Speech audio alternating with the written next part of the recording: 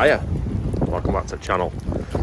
So as you can see, we're working on a lovely brown Renault Scenic again, as we've seen in previous videos. And in this video, what we're going to do is, well, we're going to change the rear spring. So first I need to take the wheel off.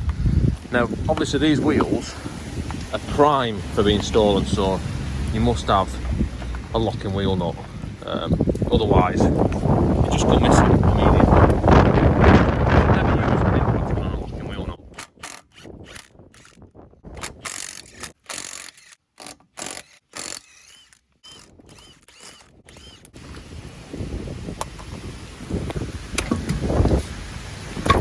Yes, safety first. So now we've got the wheel removed, we can see the issue, as in that spring is broken. So to remove it, what do we need to do? Well, we need to remove this shock absorber, and then the radius arm will drop down enough to get it out.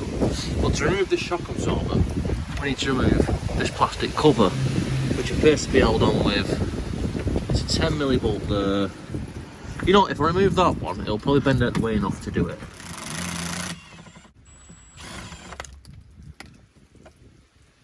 Yes. And what's also pretty good, because it's such a lovely day and we've got water dripping off here in a nice uniform manner, that is good for washing your ears out, as I've just found out, as it's just pissed right into my ears. So now this is bending down probably enough to take it off.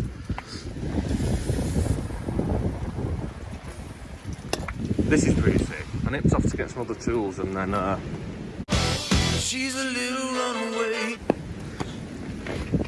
We nearly did a runner.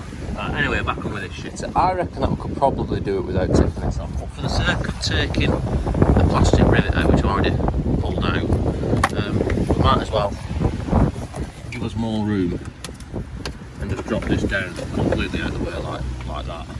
Which does give us a little bit more room to jack this up to compress the spring in a precarious and insecure manner. But fuck it, that'll do. So that's taking the weight of that. This is an 18mm, which can be lovingly removed, like so. And then simply by winding this jack back down, I should be able to remove the spring. Which might be a bit hard to show them what was open, so yes.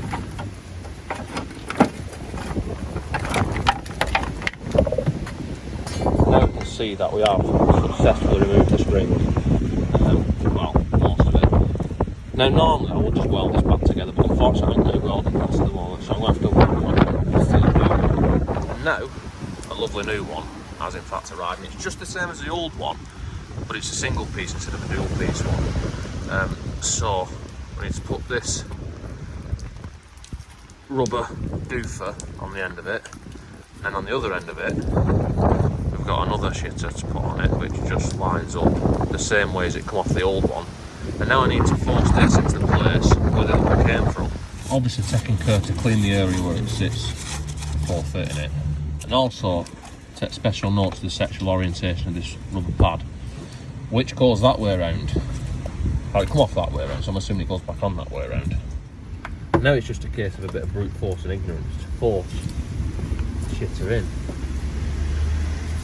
And then after a few minutes of struggling, I realised that I'm not going to be able to force the spring in manually. So as you can see, what I'm doing here is I'm using a scissor jack to push the axle down enough, hopefully then the spring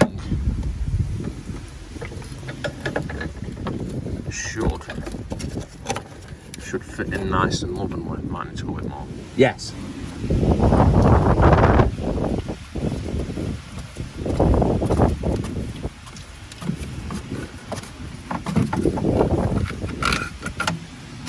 So now the spring is where it needs to be. So now I need to jack this back up again to bring that bit up to get the shocker back in. And obviously this needs torquing up to a pre-designated manufacturer specific torque setting. This just needs clipping back up and fixing into place.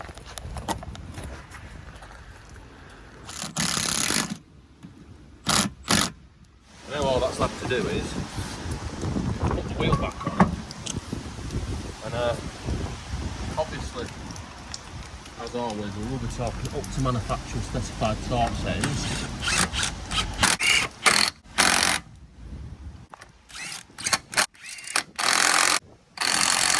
So yeah, that is it for this one. Don't forget to like, comment, subscribe, all the usual shit. Any other advice I could give about doing this job is do well at school and you won't be doing shit like this in the rain. You know, pay some other dicks to do it. Anyway, see you, bye.